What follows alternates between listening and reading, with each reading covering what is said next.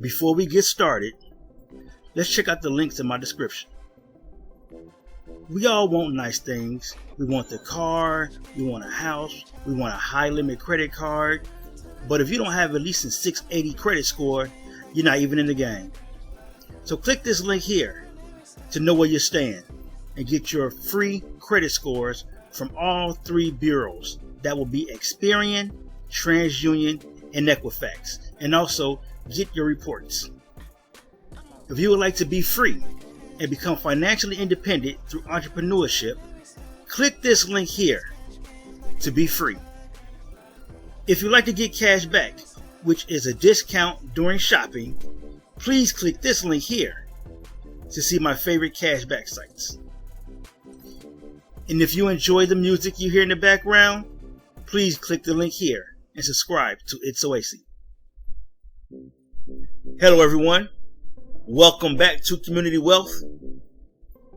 Today we're going to go over this EIDL targeted advance situation, and as you can see on the screen here, that I was approved for the targeted advance, which is the balance of the $10,000 they were supposed to give us last year during the CARES Act.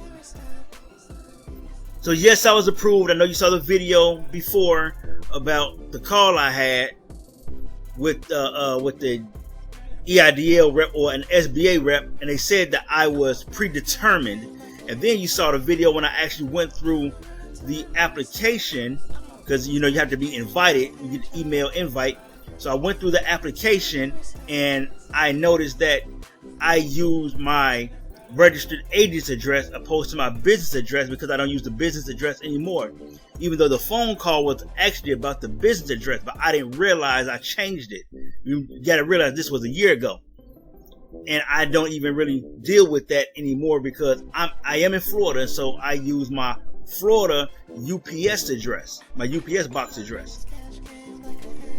So with all of that going on, I was still approved for the targeted advance because I am considered, the addresses in the areas that I use are considered low income or low mid class, lower middle class, whatever. And so I was approved for the targeted advance.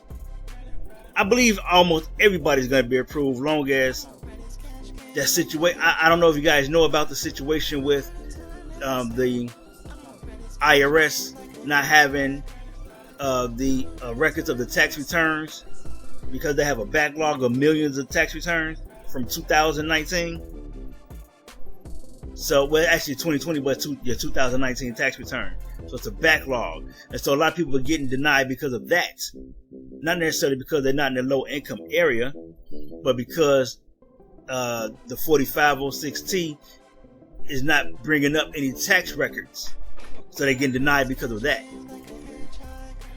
So I guess that wasn't my case, and the address wasn't the situation, and I definitely had decreased income of 30% or more. I might even get the $5,000 grant. When that happens, I'll let you guys know, because that's supposed to be an email invite as well.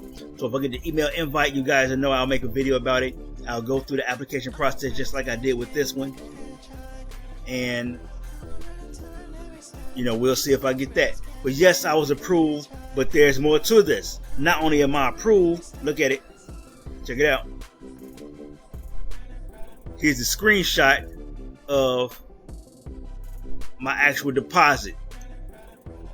The deposit was still pending, but it should be cleared today, because I know when I got the PPP, if you watched my PPP funded video, that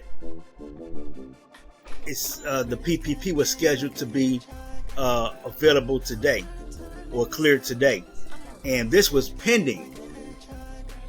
So this was it was still pending when I checked yesterday on the 14th. Today is the 15th, so it should be cleared today. It's available. I can use it, but it should be available today.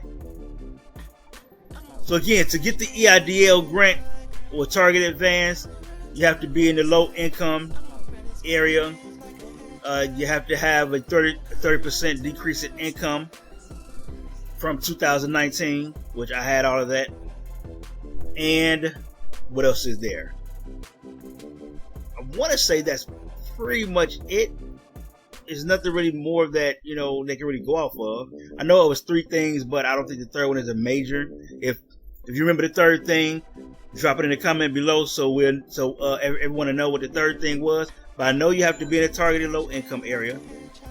We had to be in a low income area that's targeted, and I'm assuming middle income is fine too. And you have to have 30% decrease in income. That's all I can think of right now, and that's all that I went off of. So when I put in the application, that was all I was concerned about. And I wasn't too concerned about the 30% decrease in income because I knew I had that already. I knew it. It was just, just first stare at the numbers, you'll see, bam, okay, yeah, you got that. Doesn't even, it's blatant, basically.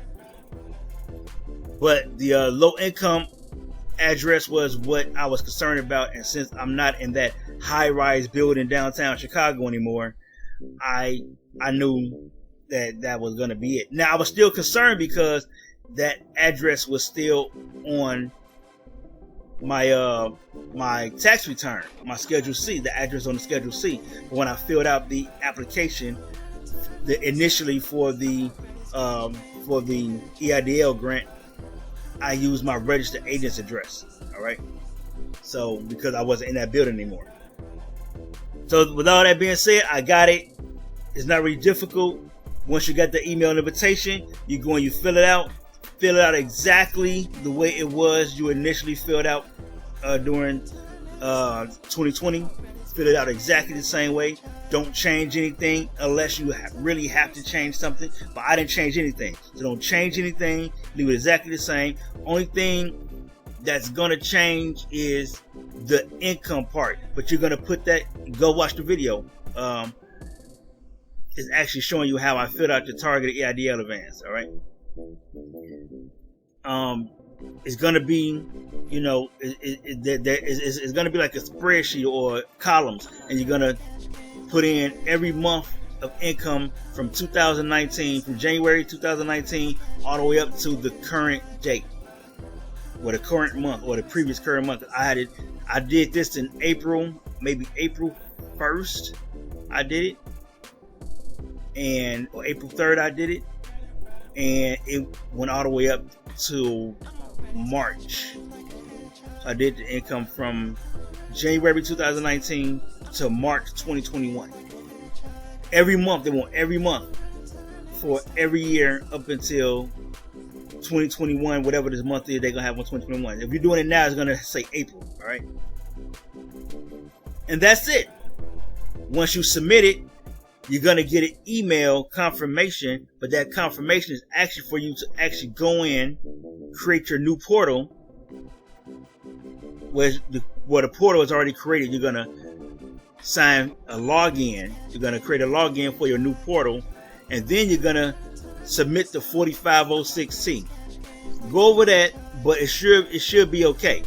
Because I didn't have to do anything to my 4506C. I just looked at it and it was fine. All the information was pretty much what I submitted to the IRS, and then I docu-signed it, submitted that, and maybe a few hours later you're gonna get a blue submit button show up in the portal, and you gotta click that blue submit button. If you don't click that button, your application is not submitted.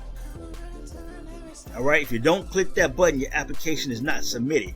Once you click it, it's going to say submit. And when you submit your 4506C, it's going to say processing, but it's not processing yet. It just says processing. You got to go back later and click that blue submit button. Again, watch the video. Watch my EIDL targeted advanced tutorial video. It's a walkthrough video. Watch that. It's going to show you exactly what to do. So watch that video. I take you step by step. As you know, in all my videos, I do walkthroughs and step by step to everything I do. I'm talking about everything I do. I'm talking about everything that's happening, okay? So again, it's not hard. Go watch the targeted advanced walkthrough video. Go watch that, and you will know exactly what to do. All right? Don't change anything unless it's absolutely necessary for you to change it. But don't change anything. Leave it exactly the same. Only thing that's really going to change is that income part, but that's because you're going to be putting in your income every month from 2019 to the current date. That's the only thing that's going to change. Don't change anything. Whatever application you put in last year, leave it exactly like that, unless you have to change it. It's pertinent that you change it, unless that's the case. Usually it's not, because this is all electronic. All right, this is electronic. And when you submit the 4506T, go over that with a fine-tooth comb, but everything should be the same. Only issue may be is if you are backlogged in the IRS with your tax returns from last year. That's it. Other than that, you're okay. You should go straight through, and bam, you should get this in a few weeks. Some people have been waiting for months. They've been waiting since February. I had the email since February. I didn't submit it till April 3rd or whenever I submitted it.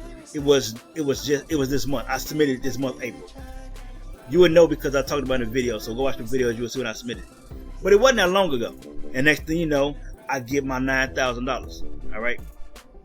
So anyway, I'm not bragging or anything. I'm just telling you how to do it, how you can get yours. I'm showing you that people are getting paid. I'm one of the guys that got paid. You see the approved letter right here. It was approved in the portal. And then I go over here and you see it was deposited. All right. So thanks for watching, everybody. Like, share, subscribe to It's Owasi. Check out the links in the description. It's links for entrepreneurship. There's a link for credit monitoring, because I actually do it-yourself credit repair. I have videos about that. Like, share, subscribe.